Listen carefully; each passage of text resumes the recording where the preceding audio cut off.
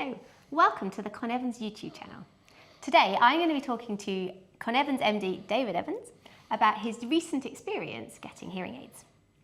So we have some questions for you, David. I hope you're ready to answer. I am.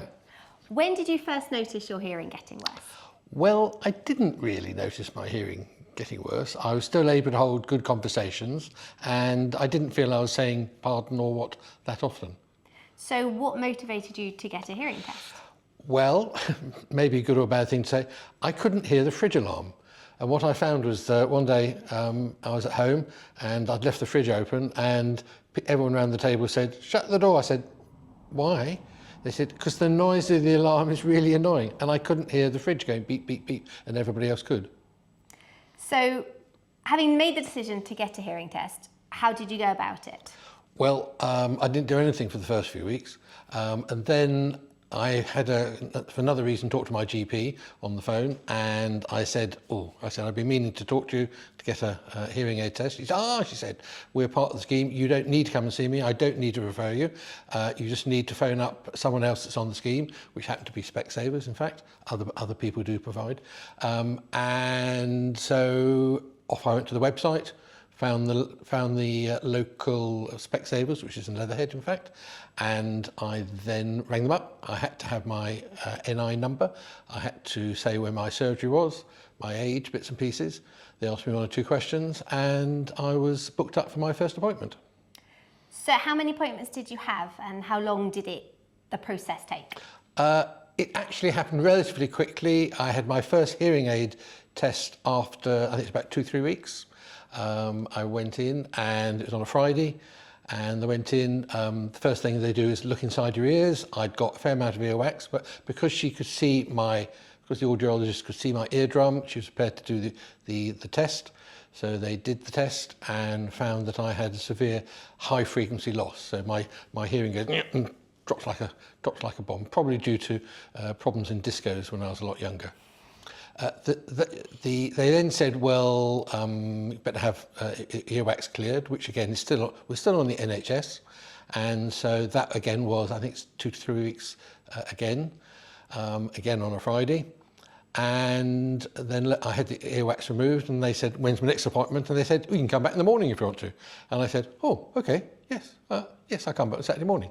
So I came back on Saturday morning and lo and behold had a pair of NHS aids fitted. And how did you feel when you first put your hearing aids on? I found it a lot less different than I was expecting.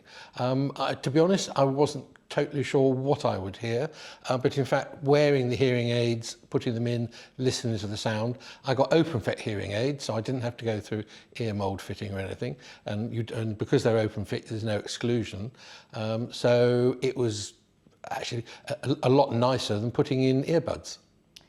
And when you were in the appointment, how much information were you given about how to take care of your hearing aids? In the appointment they're very pressured for time.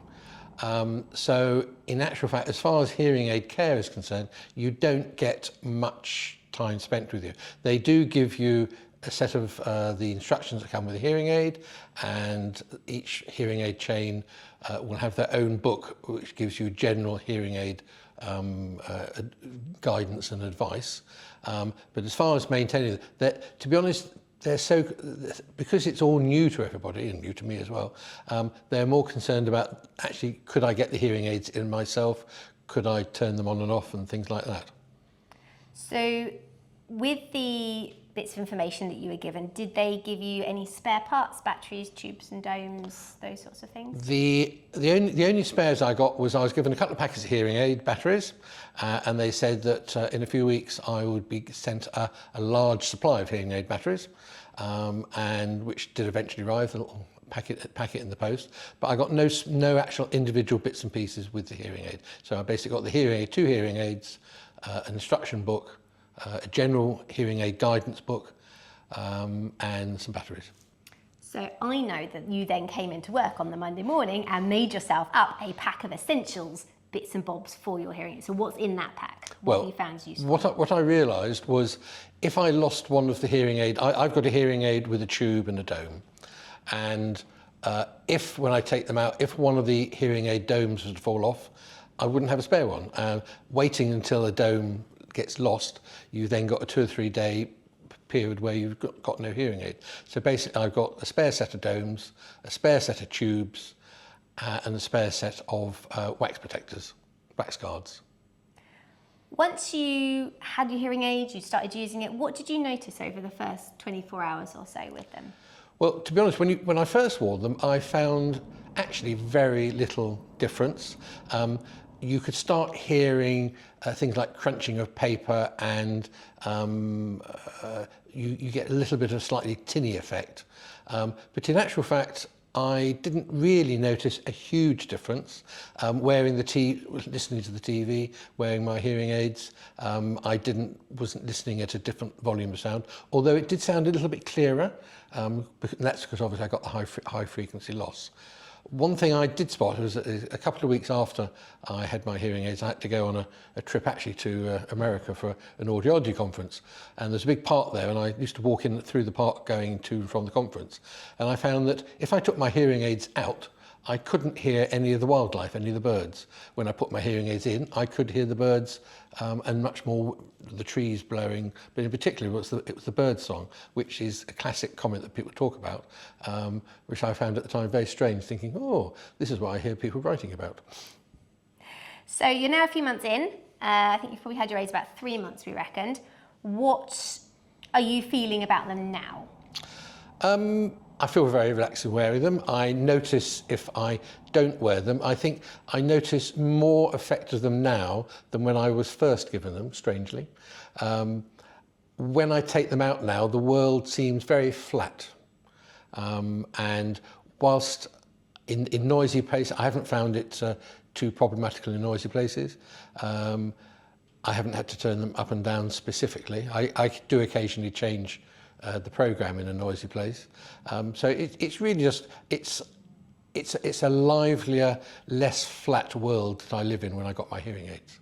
It's very common for it to take a few months for your brain to get used to the new sounds and processing the new sounds that it's hearing with hearing aids. So it's very common for it to take some time for you to really appreciate the benefit of hearing aids. So you're not alone there. I hear that from customers all the time. So the day-to-day using sounds like it's pretty straightforward. What about stuff like changing batteries? How often do you need to change your batteries? Well, the first thing I did was obviously to wait and see how long the batteries lasted. They lasted about a week and a half on my particular aids. One battery goes for the other.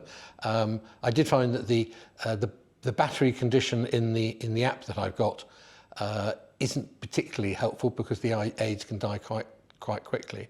And so I'm drawn between, if I was setting up hearing aids for someone other than myself, I think I would work out how long do the batteries last. If they last a week and a half, I'd think, right, every Sunday I'll change the hearing aid batteries because then I know that the person I'm looking after won't be without having a hearing aid. I'm now waiting until the batteries run out because I've always got hearing aid batteries on me. Straight to my I've got quite a lot in the stores, and I've got a packet in my case, and I've got a packet in my car, and I've got a packet at home. So basically, wherever I am, if I was going out somewhere and I wasn't just going between home and work, I'd just change the hearing aid batteries to make sure I don't run out. Good tips there. Another thing that I do, I'm not very good on cleaning the aids because they tend not to get very waxy. So although I look at them, I don't actually wipe them down every day, I'm sorry to say. But what I have been doing is replacing the wax guards. And you will be having a video later showing you how to change wax guards on hearing aids. Do you find them comfortable to wear? I forget I'm wearing them actually. So much so I have been known to go in. If I come in from the garden, I've been gardening, need to go and have a shower. Yes, I do get in the shower and go, rats, I've not taken my hearing aids out. Have many people noticed them? Very few. I think there's virtually no friends. People in the industry, people at work have noticed them. But you've been telling everyone about them. No, I haven't actually. To start off with, I didn't. No, very few people actually do notice them. Of course, obviously I'm wearing them now, but with the little simple tubes that come over the front as a mini tube. They are really quite difficult to see. I don't even have hair, obviously, so they're a bit more prevalent than other people. So you're more likely to see them behind. A bit beard to camouflage them. Okay, so it sounds like you're getting on really well with the aids, which is brilliant. And you've got your bits of essential accessories. What other things did you raid our stash of in the stores to get for yourself to go with the hearing aids? Because of my hearing loss, I don't need an additional TV streamer to listen to the TV. I do have a remote mic.